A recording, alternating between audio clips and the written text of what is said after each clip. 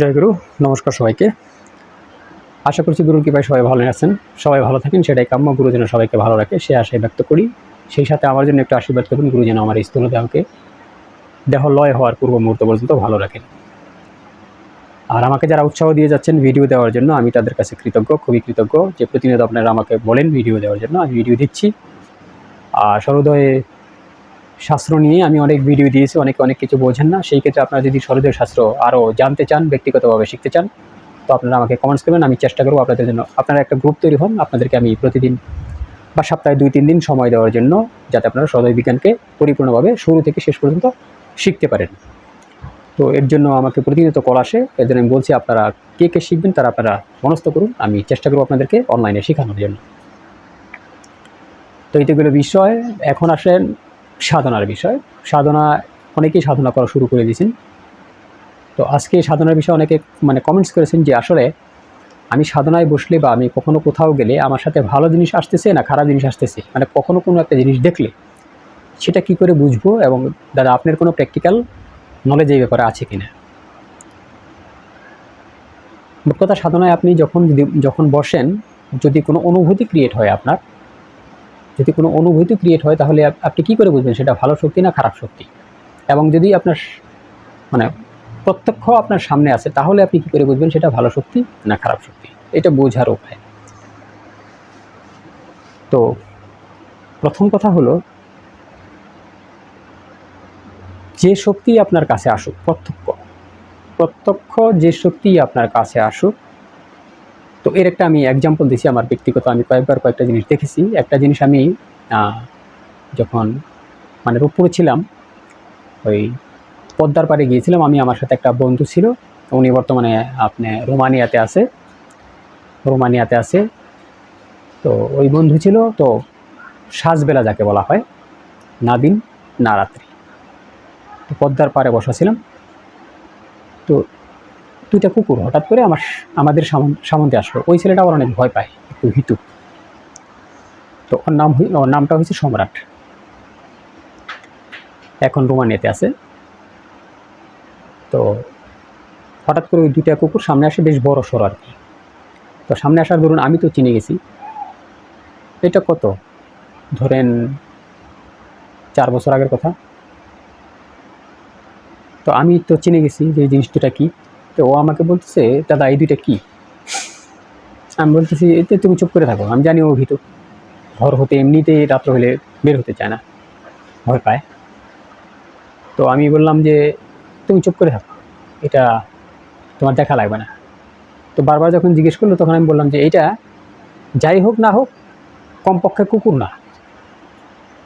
আমি ওকে ভয় না দেখানোর জন্য বলতেছি যে কমপক্ষে কুকুর না, যাই হোক না।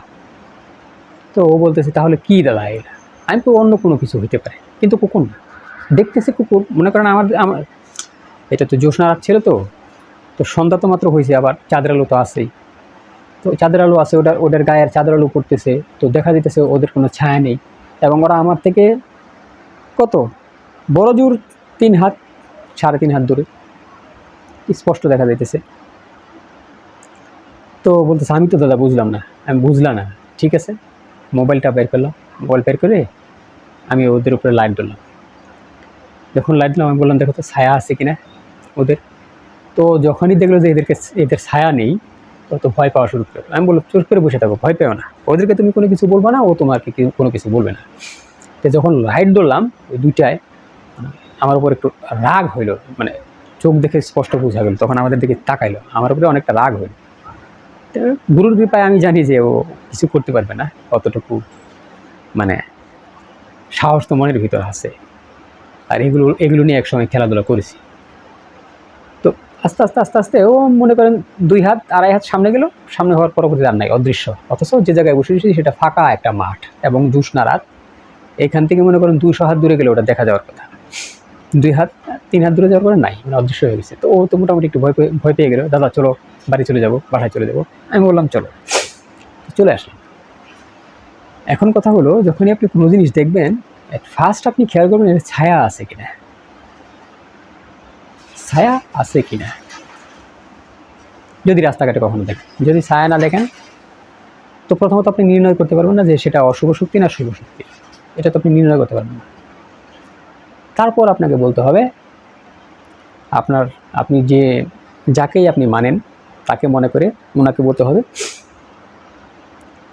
যে গুরুর দোহাই তুমি তোমার স্বরূপে আসো, যদি আপনার সাহস থাকে।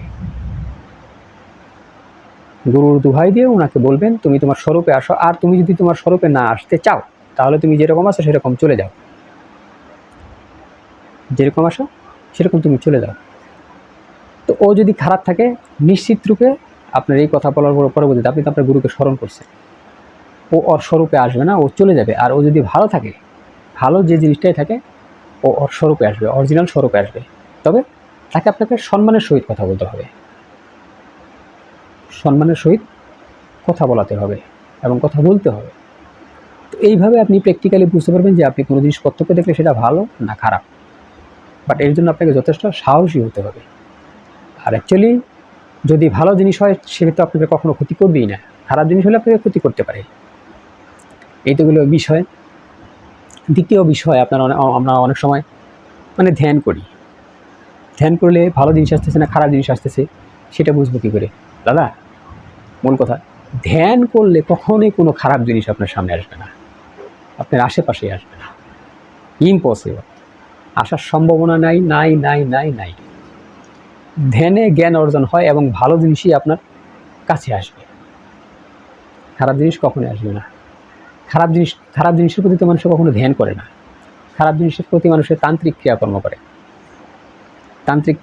যন্ত্রের ব্যবহার করে, তন্ত্রের ব্যবহার করে, মন্ত্রের ব্যবহার করে।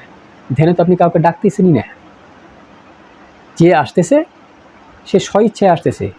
এবং ধ্যানে তো আপনার পজিটিভ ঊর্জা তৈরি হয়, আপনার চারিদিকে পজিটিভ এনার্জি তৈরি হবে, তাহলে ওখানে নেগেটিভ এনার্জি আসবে কী করে?